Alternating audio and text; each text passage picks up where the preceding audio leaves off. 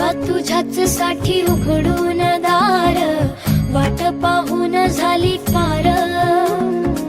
चिंता हरून देवा थकला असणार, दे माझ्या खांद्यावर भार। थोडा इथं टेकून जा, घास खाऊन माझ्या हातातला